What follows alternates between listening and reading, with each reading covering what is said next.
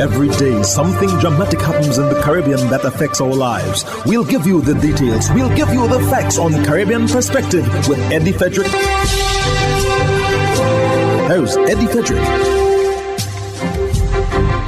So glad you can join us. 3 former attorneys general in Trinidad and Tobago take on current attorney general.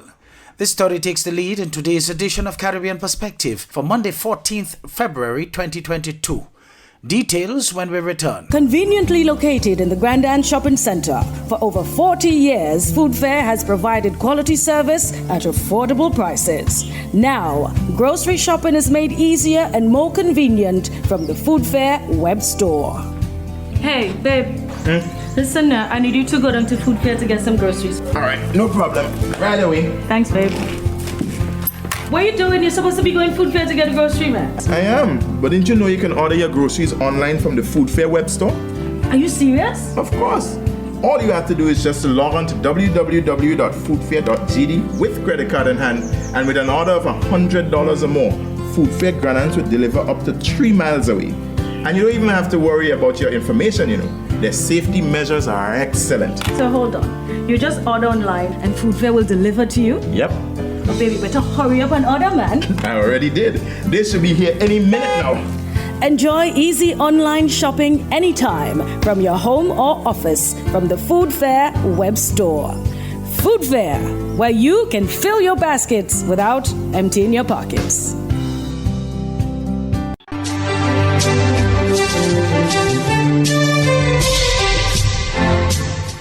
Welcome back. High Court Judge Margaret Mohammed is expected to rule on April 1st on the dismissal of interpretation summons relative to Watson Duke's appointment as Deputy Chief Secretary of the THA while still being President of the Public Services Association in Trinidad and Tobago.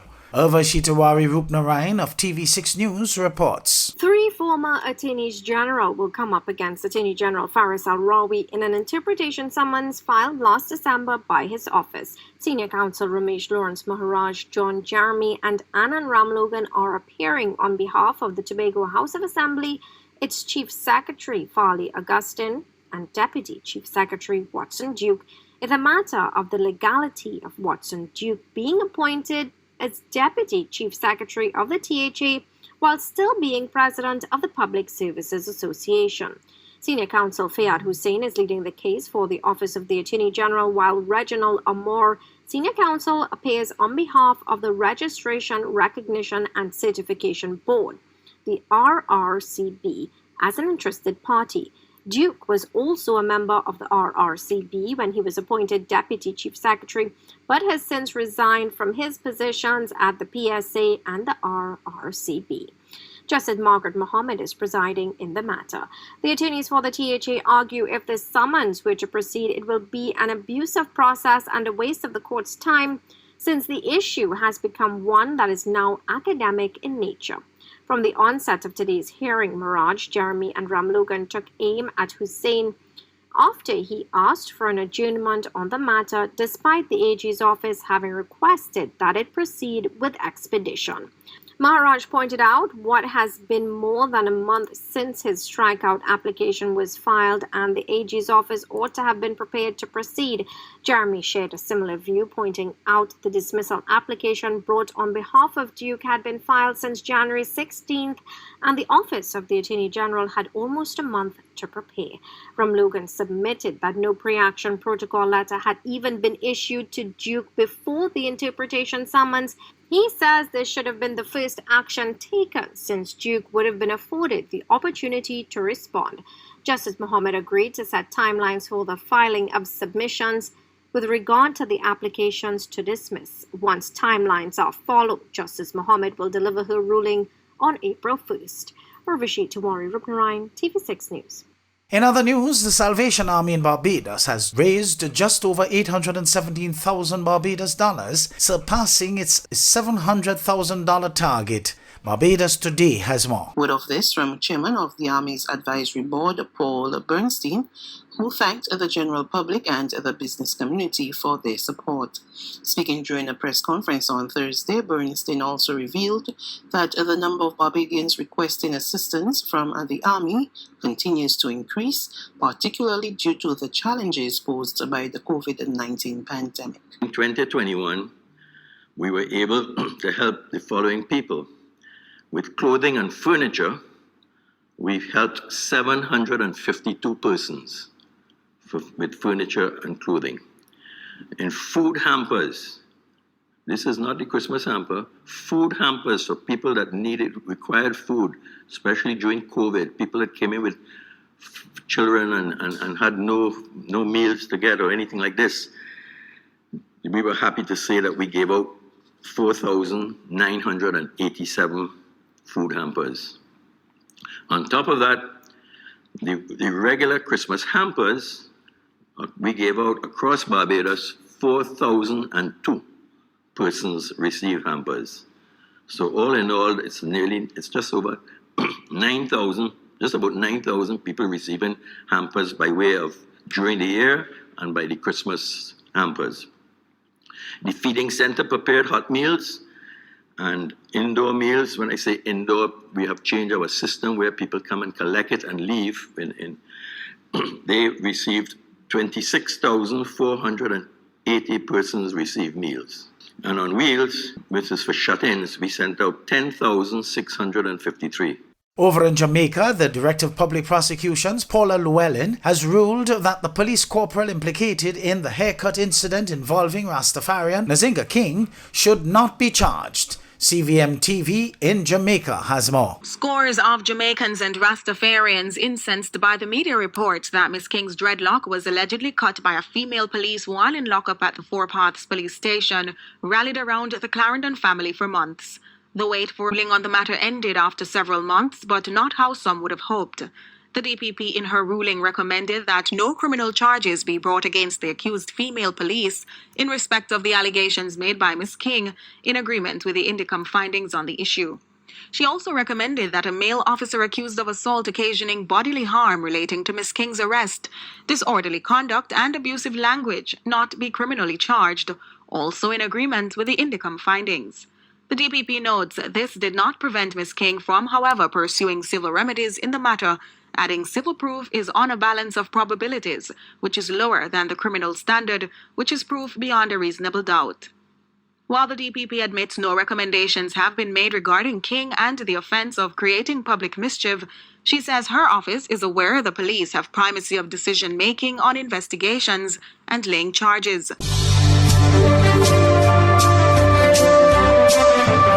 You're listening to Caribbean Perspective with Eddie Frederick.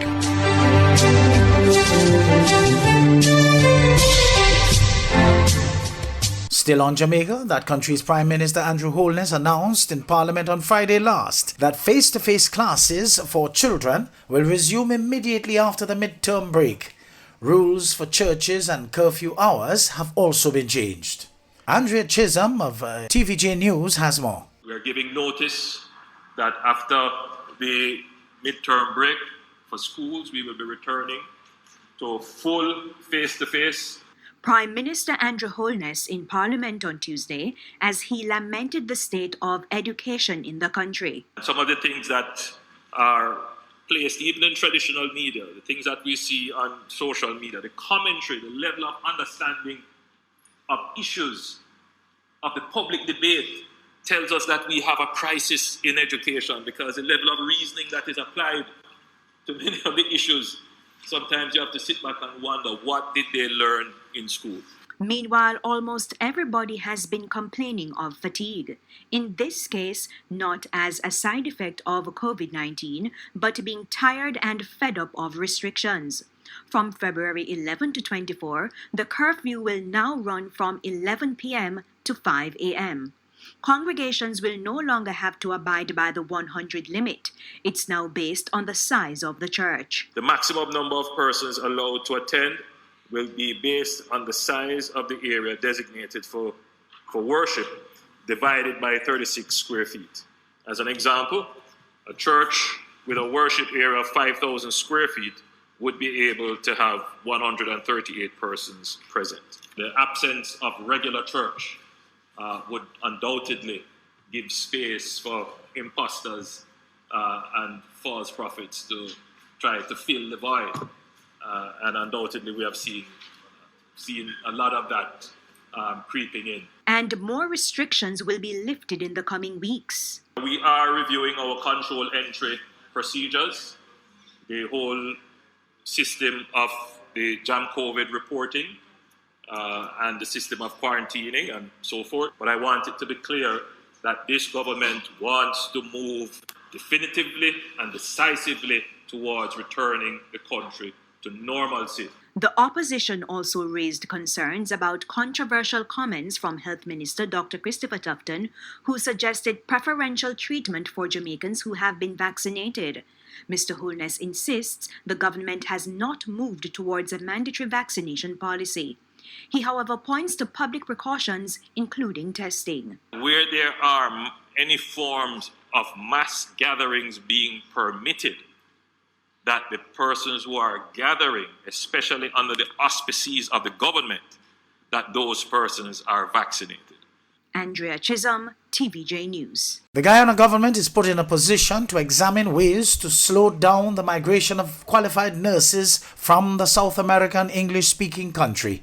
More in this Gordon Mosley News Source Guyana report. Appearing before the Parliamentary Committee of Supply this morning, Minister of Health Dr. Frank Anthony revealed that there is active recruitment of Guyanese nurses from foreign countries, particularly the United Kingdom. He said while the problem has persisted for several years, the recruitment is hurting the local healthcare system, as nurses leave to seek better pay and an improved way of life. The minister said the government of Guyana plans to find ways to slow down the exodus of nurses. There are active recruitment of nurses from Guyana, and we have been losing nurses because of this active recruitment. So we are looking at various ways that we can slow that down. I don't think we might be able to ever stop it, but we at least have to slow it down and then be able to produce more nurses for the facilities and so forth. Minister Anthony said there are a number of measures, including training more nurses and the need to address the bigger problem of retention that will have to be addressed. And that is to compete with the salaries that are being paid in the UK. That's a very tall order.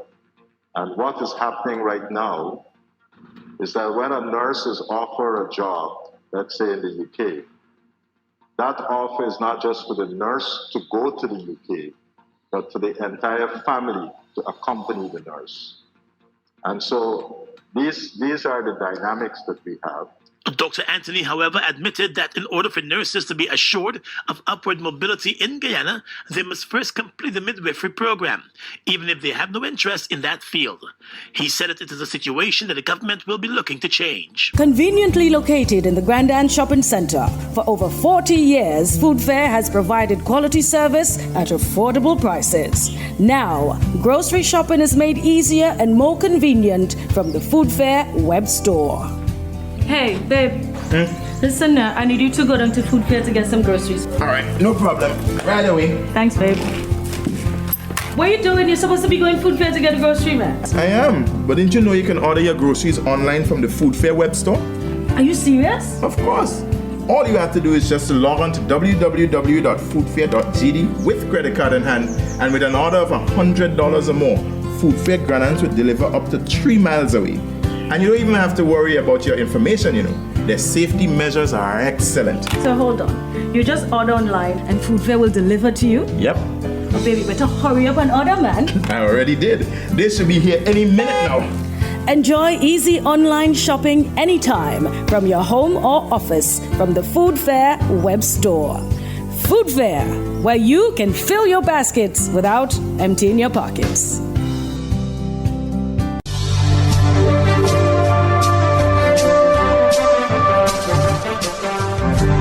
I am Eddie Frederick. This has been Caribbean Perspective, a whole new approach to highlighting developments in the Caribbean.